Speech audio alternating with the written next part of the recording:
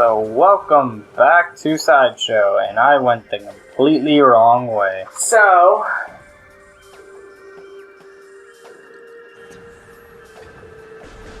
we're having a bit of a debate, discussion, argument, trifle, couple, scuffle, shuffle, whatever you want to call it.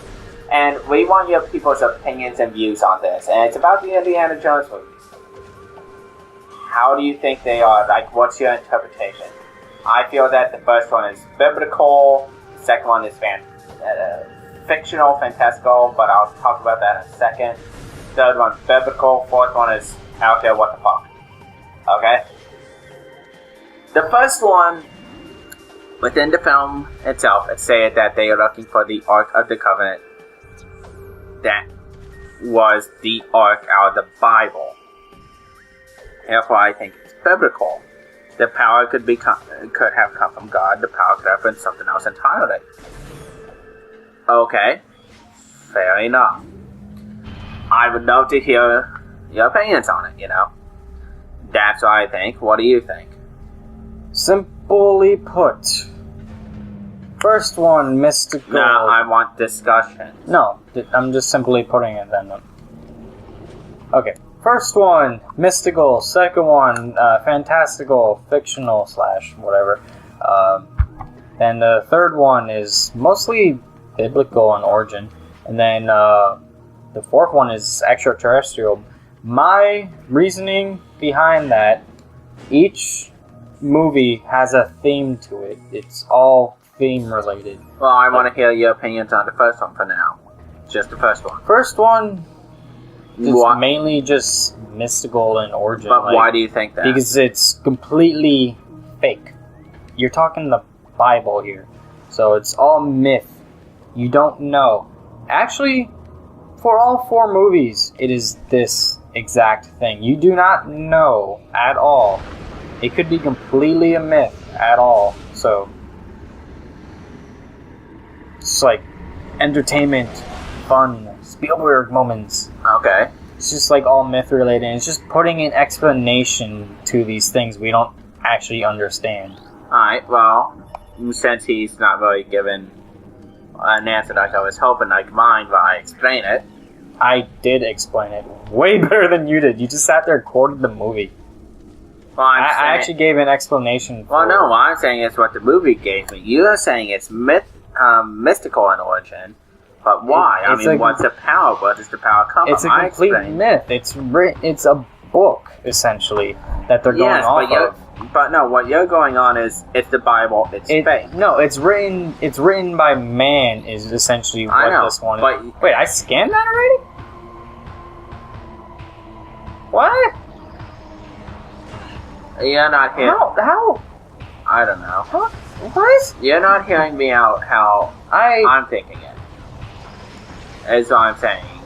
What I'm saying is, I want to hear your reasons for it's mythical, not it's the Bible, it's fake, it was written by man. I already explained it completely. You did not pay attention at all. I said it is written by man, therefore it has myth to it. You don't know if it's real or not. Yes. That one just plays on that entire fact. Okay. The second movie. The second movie, from the little bit of research I did while getting here to Torpus Bog, it's the same color stones, at least as far as the movie ones go, are fake. They don't exist. I could be completely wrong. But from the little bit of research I did, they actually do have basis on something in reality from Hinduism called the Shiva Inga, something like that. I don't know how to pronounce it. I could be completely fucking wrong. But they do not have the properties that they do in the movie. The ones in the movie are stated that when all 5 are together, something like that, you can control Captain Planet. You can control mankind. Like the weaker minds, like a Jedi mind trick. It's providing explanation to a completely, like, it's basically a, oh hey, there's this stone that looks pretty cool. It's given an explanation. Except that these stones don't have that basis in the origin. Like I just said, the stones in the movie and what they can do are completely fake. The ones that, what the myth that they're pulled from are real. Yeah. Therefore, giving it a myth and trying to explain it. But the myth has nothing to do with the mind control, that's what I'm trying to say. It actually kind of does, because when you really think about it, they were always about the Hindus themselves. They were all like Indians, all of them. They were all like thinking into these things. The Mayans, the whole let's make the clock or whatever. Everyone actually believing that the world is going to end because they said it. Yeah, but that because they're old, ancient, and it's essentially an ancient prophecy. I killed that while trying to explain. I wasn't even paying attention. Anyways, the third one, the Holy Grail. This one's obvious. It's obviously from the Bible. Jesus' cup, the cup of the Son of the Lord. And I will say I really enjoyed the movie's take on this. I mean, I could be completely wrong, but it's based on it's Hollywood's spin on a completely known thing. That being said, I like how they portrayed two different views on this, you know? You had Indy's view and you had the Nazi guy's view. I will say that I do like both views. That the Nazi guy, he's like, we're talking about Jesus here, we're talking about the Son of the Lord. His cup must be fantastic, fabulous, with millions, you know? So he goes and picks the most extravagant cup in the room. You know, it's encrusted with jewels, sapphires, rubies, all this shit made of gold. You know? Picks wrong, dies. Ending. He takes what he knows about Jesus, being a humble man, a carpenter, you know, poor. He picks the one that was carved by hand. And he chose wisely. You know? And that's fine. That's two different views. I mean, you have the radical Christian view, which would probably come from, you know, like, I think it's Catholics. You know what I'm talking about with that church we went to? They probably would view the Holy Grail like that. Whereas people who follow the Bible, like, say, the Jewish people, or the proper Christians, or not so extreme Catholics, they'd probably take Indy's view on the cup, you know? And it all comes down to how you were taught with your religion. Okay, fair enough, you know? Those are both valid choices and all that. I will say... But the movie, though, actually goes and says, hey, if you think he's like this mystical thing, and if you pick a cup that's like all jewel encrusted and all that, you're completely wrong and you're gonna die. Oh, pretty much, and it's fair enough, because those other cups are put there with poison in them. Just seemed like kind of, stupid? No, not really stupid, but... Basically, it's a massive test of faith with God, pretty much. That entire test of choosing, you could say. The Nazi who's killed millions of people, believes what he wants to believe and probably doesn't follow the path that God wants him. Well, God rewarded him, I guess you could say, with death. You know, someone like that doesn't deserve to be on his earth. That's fair. That's kind of horrible thinking of it that way, though. Well, that's how I interpret it anyway. Yeah. Whereas Indy, who chose the correct cup, followed God, what he knew about God. Indy himself isn't religious, but he was taught by his father about religion. You know? He followed what he knew about Jesus, how he lived, all that stuff, and chose wisely to be humble, not extravagant, pretty much.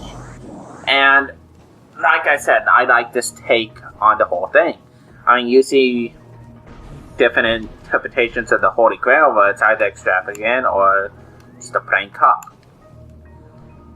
Now, the properties given to it in the movie being that it can heal you, revive you, give you maybe a couple more years of life. I mean, what to say? Who knows? Maybe that's what it does. I mean, I know that the in the later seasons of Stargate SG-1, they moved from ancient Egyptian mythology to Arthurian mythology, which the Holy Grail is heavily in. Their version of the Holy Grail was a device that could stop the POWAH from gaining power and it could like either kill them. It did something, I can't remember exactly. But it was an extravagant machine built by the ancient Mirdan, who became Merlin, you know. That was their take on it. But, you know, that's a rather out there take.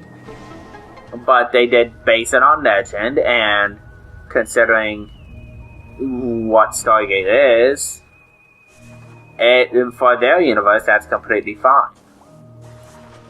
You know? Yeah, I guess. I mean, like,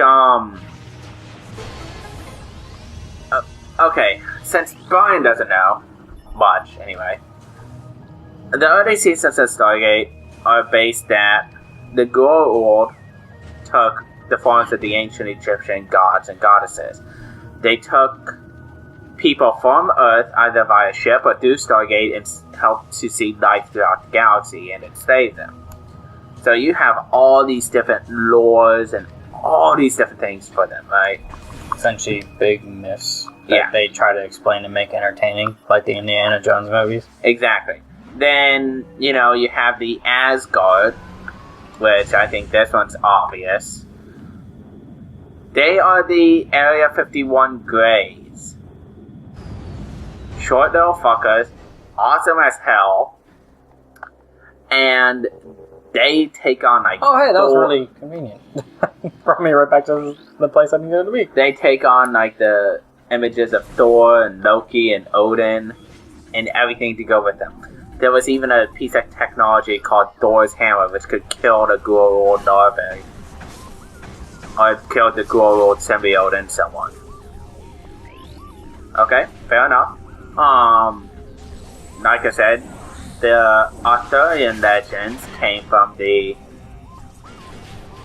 What?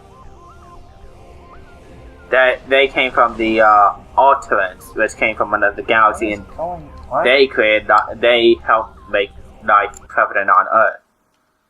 So, you know, they took these ancient myths and gave them a entertainment spin, which is completely fair, and I will say, for one, I found it completely entertaining. You know? Yeah, oh, hello. So next time on Sideshow, we do more Sideshow. And we actually explore this place now that we have the power bomb. Oh, we finally have that. Did you not see me just mutilate that boss like in 2 seconds? No, I was too busy concentrating on what I was